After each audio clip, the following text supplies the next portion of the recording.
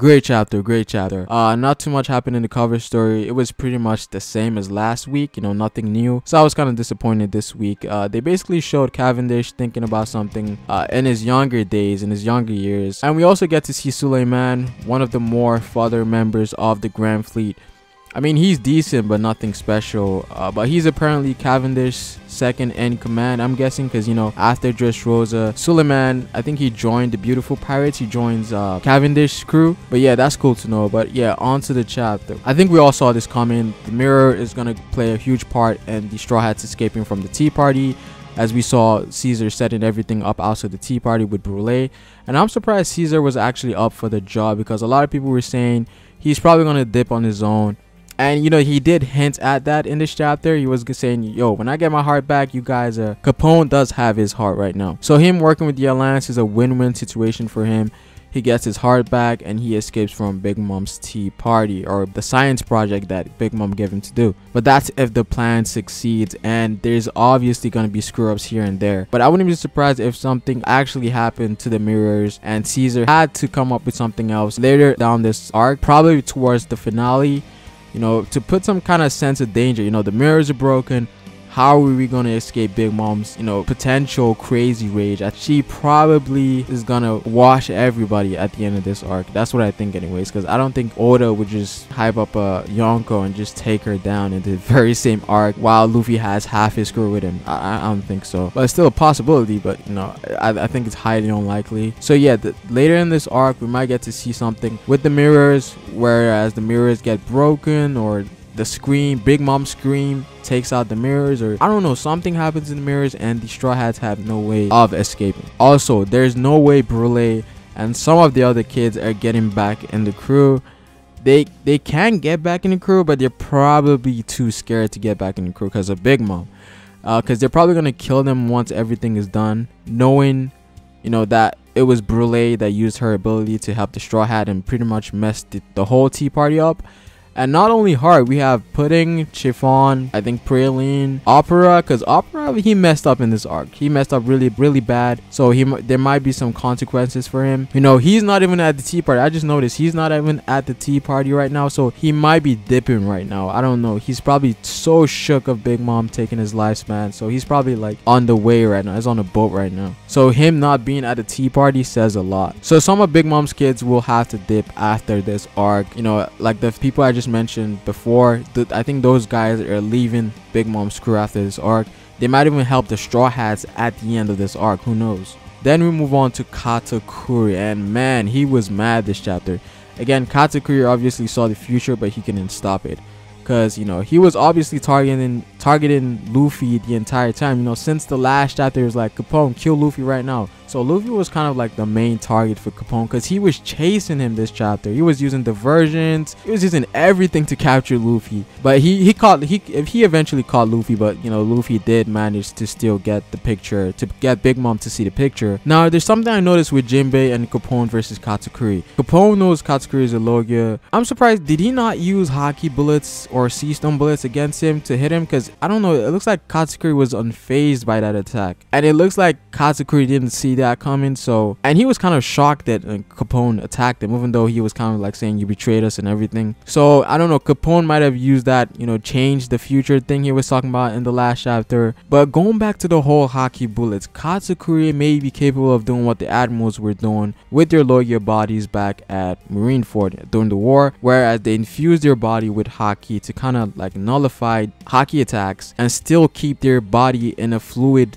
form. You know, Haki attacks wouldn't work on them. And that's what I thought he was doing this chapter, because, you know, you would expect Capone, we know Capone's smart, so he would probably use Haki bullets. But then again, those attacks were coming from inside his body, so I don't know if his bodyguards or his crew, some of them have Haki or not. I don't know. Maybe it's just him, Gotti, and Vito. Maybe those are the only three that have Haki in the crew. So we can't really say too much on that. But yeah, I wouldn't be surprised if Katakuri was capable of doing that, because, you know, he has good observation Haki, and I wouldn't be surprised if he has good ornament and a Logia. So he might be doing some Akainu stuff where, you know, where back in Marineford, where, you know, two people attacked the Akainu, but their haki was so weak it didn't work. So I wouldn't be surprised if Katakuri was would be capable of doing that. But he avoided Jinbei's attack completely, so that shows like Fishman karate, you know, water is definitely a nerf to his devil fruit. Not a complete nerf, but it nerfs his devil fruit to some extent. So he's definitely a Logia with massive control over his fluid form. But the plan actually works and it was successful. They were successful in getting Big Mom into her weakened state. Some people got taken out by her King's haki, mostly the father people, to be honest. Maybe some of the kids, but you know, the underworld brokers and some of the like kids like Oven, the commanders obviously weren't taken out, but you know, some people did get taken out.